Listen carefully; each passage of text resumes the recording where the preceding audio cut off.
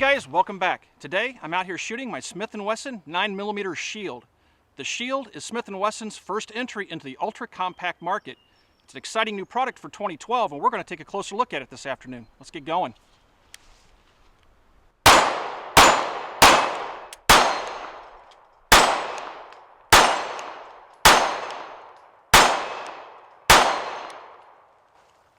The Shield is a very small 19-ounce pistol that's a single stack pistol. You'll notice it's very narrow. As a matter of fact, it's only about 0.95 inches wide. It's less than an inch wide. This pistol is just a little bit smaller than the 9C M&P, which I have here in my right hand. This is the double stack 9C, and this is the Shield. The Shield's just a little bit smaller in overall dimensions, but it's quite a bit more narrow than its big brother. The Shield is designed to be a pocket pistol or just a small holster inside or outside the waistband carry pistol. It's designed to either be a backup, but it also can be used as a primary carry handgun. It is a feature-rich pistol, and let's talk about some of those features now.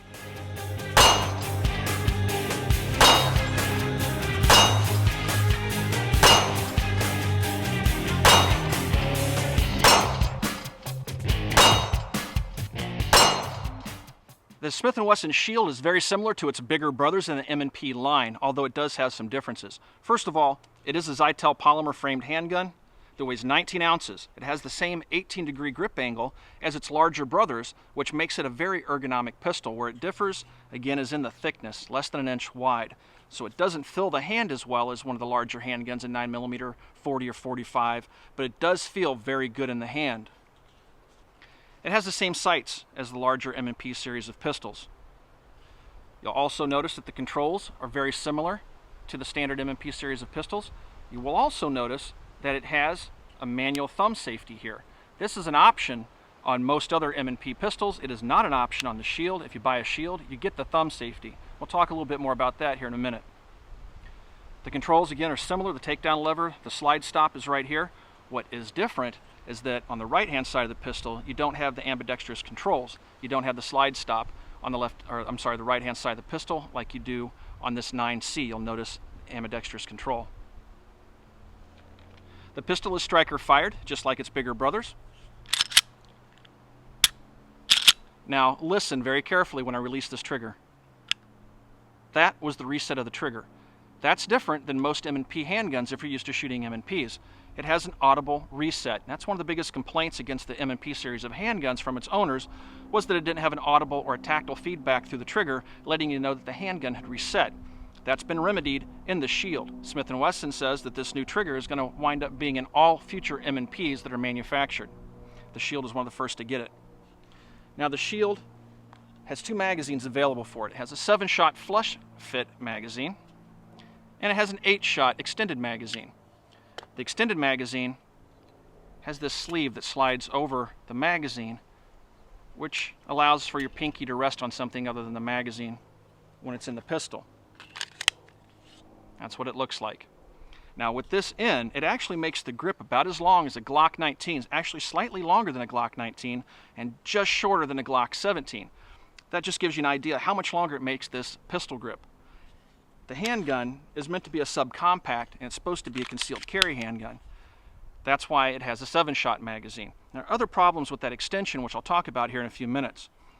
With the 7-shot magazine in, the pinky really wants to hang off the handgun. There's no real purchase for the pinky on the pistol. With the 8-shot magazine in, obviously, you can get a full grip on the pistol. But you sacrifice concealability. The pistol weighs 19 ounces. It has a 3.1 inch barrel and is 6.1 inches in overall length. The trigger has a 6.5 pound release according to Smith and Wesson. However, I've measured this pistol and it's just over 7 pounds for me, but it's a very crisp, light trigger. Not light, but a very crisp, sharp trigger, I should say. Now let's take a look at the thickness of this pistol again. That's the key feature. The Shield isn't much smaller than the 9C, which I have here. It's just much thinner and just a little bit shorter. Let me take the magazine out of the 9C here for you real quick, so we have a basis to compare. And you can see, and this is the Shield right here, you can see the differences in the two pistols.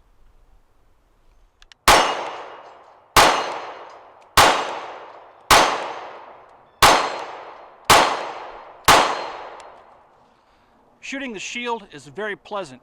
It really has surprisingly little recoil for a handgun chambered in 9mm that's this size. I find it to be a really accurate handgun. At 15 yards you can shoot nice tight groups with it, and I can shoot out to 25 yards with it and easily hit a man-sized target. It's a very accurate and reliable handgun. Speaking of reliability, I've been firing some 147 grain jacketed hollow points out of it here right now. I've also been shooting ball rounds out here this afternoon, and total I've put over 1,000 rounds through the handgun before shooting this review. Just out here shooting the handgun today, I've put 300 rounds through it. I've had no malfunctions with the handgun. The only problems I've had with it is occasionally I'll rest my thumb on the slide stop and I'll prevent the slide from locking open on the last shot fired, but that's my fault and my big goofy thumbs. If I pay attention to what I'm doing and just learning how to use the handgun, that won't happen. Aside from that, no malfunctions. Let's fire off some of these hollow points.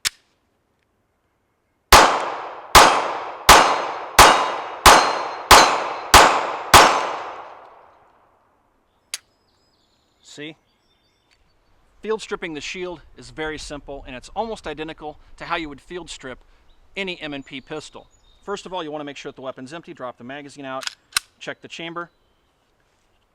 On this side of the pistol, you have a disassembly lever. You'll want to draw the slide to the rear, lock it to the rear, and rotate the disassembly lever down.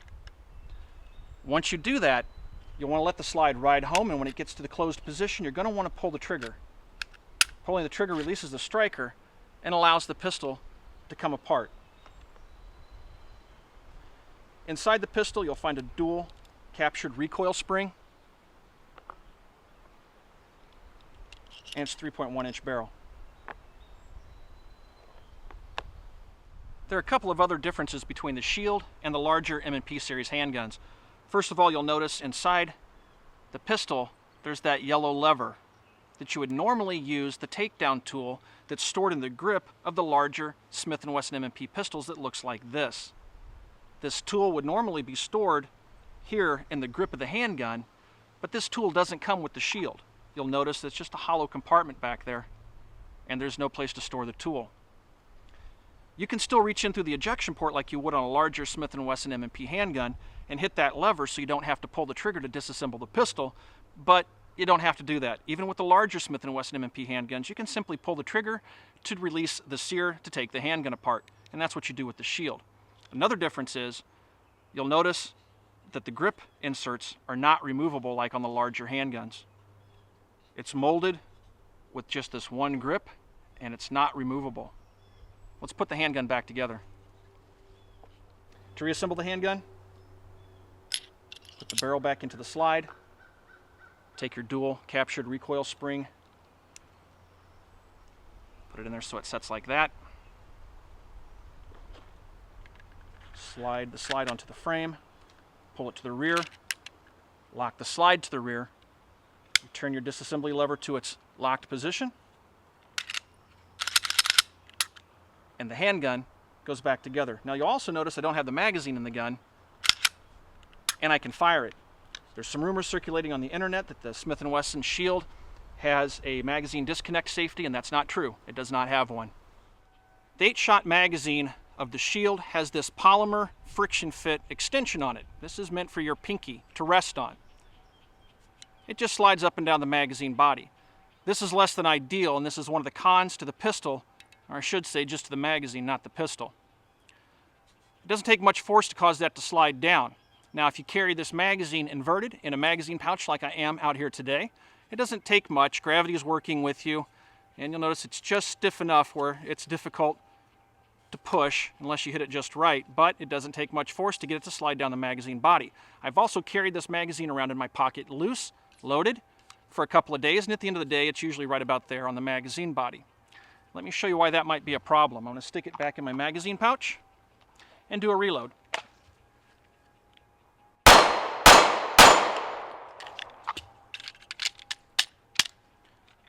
Now, you'll notice I really had to whack the magazine to get it to go into the pistol. if that's up the body, you go to insert the magazine into the pistol. When I just normally whack it, it's not seating. I really have to whack it to get it to seat. If you're in a gunfight, you're probably not going to remember to do that. You're going to go to reload your magazine or reload your pistol with the magazine that you have in the magazine pouch, and you're not going to get it into the gun. You're going to whack it, let the slide go, and you're going to have nothing. You're going to have to stop and troubleshoot your handgun. Less than ideal. There is a solution to the problem with the 8-shot magazine and this friction fit extension. For me, it's just to take the piece off and get rid of it. Carry the magazine like this as a spare magazine in the pouch. Why would I carry it as a spare? Because the Shield, in my opinion, was designed to be, or should be, a 7-shot handgun. It needs to be as small as possible. It's designed for ultra-compact carry. If I put the 8-round magazine back in the gun, it makes the grip as long as a larger handgun. It makes it as long as a standard M&P or Glock 17 almost, a full-size handgun. By having that extra round, it defeats the purpose of having an ultra-compact handgun. Shaving an inch or so off the barrel doesn't really help you much when you're trying to hide a handgun. Shaving it off here is what makes all the difference. If you're going to buy a handgun like this, you don't need that 8-shot magazine. You should be after that 7-shot magazine. So for me, I just carry this as a spare without that sleeve on it, or you can super glue it, but if you do that, you won't be able to get your base plate off to clean the magazine down the road. That, or leave it in the drawer and buy an extra 7-shot magazine as a spare. For carrying concealed, I use a Raven Phantom holster, and that's what I have the Shield in here now, and that's what I'm using out here at the range today. When I bought my Shield, I contacted the guys at Raven to find out if I could get one of their Phantom holsters for it, and I was lucky. They were just tooling up to start making these holsters. They now have on their website that they're in stock, and you can order one and get it shipped to your house right away. You won't have to wait. Now, if you are in the market to buy a Shield and you plan on buying a Raven, I would go to their website now and buy one simply because they're so popular. The stock and the inventory may change, and you might have to wind up waiting a couple of weeks, but right now they list them as in stock. I like the Ravens because, well, they're a Kydex holster. They fit closely to the body. They're convertible. You can carry them inside the waistband or outside the waistband. All of my carry guns ride in Raven holsters, Phantom holsters like this. The holster retails for $79.99. I also picked up a spare magazine pouch, which costs $34 from Raven. And that's so I can have an extra magazine with me. Since the magazines only carry 7 or 8 rounds, I figured it wouldn't be a bad idea to have a spare magazine pouch. Again, $34 from Raven. That thumb safety, the manual safety that exists on the left-hand side of the frame, I'm not really a fan of. And when I first saw the Shield, I was kind of disappointed that Smith and Wesson didn't either leave this off or make it an option, because I would opt not to have it. But after shooting this weapon quite a bit and putting, like I said, about 1,000 rounds or so through the handgun, I've discovered that I'm really not that opposed to the safety. It stays out of the way. Now, I'm of the firm opinion, if you have a safety on a handgun such as this, you must train to deactivate or take that safety off every time you present the pistol. You can't make the assumption that the safety is going to stay off, because if you do that, Murphy's Law will always catch you in the end, and when you have to draw this pistol to save your life, chances are that safety will be on, and you'll sit there and yank on a trigger and can't figure out why your gun's not firing. It's because you didn't train properly. But let me show you. I'm going to go ahead and make sure that the safety's on. You can see that it's on. I'm going to put it in the holster. And I'm going to show you how you can still present and easily brush that safety off. Now, putting it back on isn't that easy, but that's not a problem. You kind of have to shift it in your hand to get the safety back on. But it comes off nice and easy with a simple thumb motion.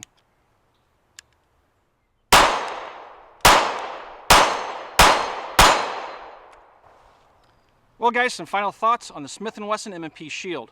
Overall, I'm very impressed with the fit and function of the handgun. The melanite finish is great. It's very durable. I've carried a Smith and Wesson M&P around quite a bit over the years. It's a nice handgun, so I know that the melanite finish is durable. The grip angle is very familiar to me. If you're used to a standard M&P handgun, that 18-degree angle is going to feel very familiar to you. I won't say it's the same. The gun does feel a little bit different because of how narrow it is. However, all the controls are the same if you're used to the M&P. Reliability, superb. Not one malfunction and over 1,000 rounds fired. So, you know, this handgun can handle just about anything you stick in it. I've stuck 147 grain hollow points in it, 115 grain hollow points, a number of different ball rounds, including Winchester white box and Federal range ammunition. I've had no problems of any kind.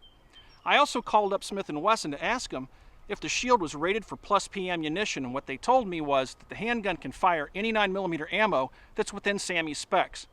Plus P ammunition is, so the handgun, according to Smith and Wesson, is safe for plus P ammunition. For a price of $449, which is full retail, it's a really good buy in my opinion. Now these handguns, once they hit the wild, they are out in the wild now, the price will probably be a little over $400. I bought this handgun from my local gun shop, Bly's Sports, in Valparaiso, Indiana. Now if you guys are a fan of the channel and you've watched, you'll know that the CM9 is the 9mm handgun that I've carried around in the past. Here it is next to the Shield. The car is just a little bit smaller than the Shield, but the ergonomics of the Shield surpass that of the car. I'm a big fan of the car, but I think the Shield is going to replace it in my holster on my hip when I need an ultra-compact 9mm, and that's saying a lot. I do like the car handgun. If you guys have any questions about the Smith and Wesson Shield, you can ask those questions on our Facebook page. You can find us on Facebook at www.facebook.com/militaryarms. As always, everybody, thanks for watching, thanks for those subs, and we'll talk to you guys soon.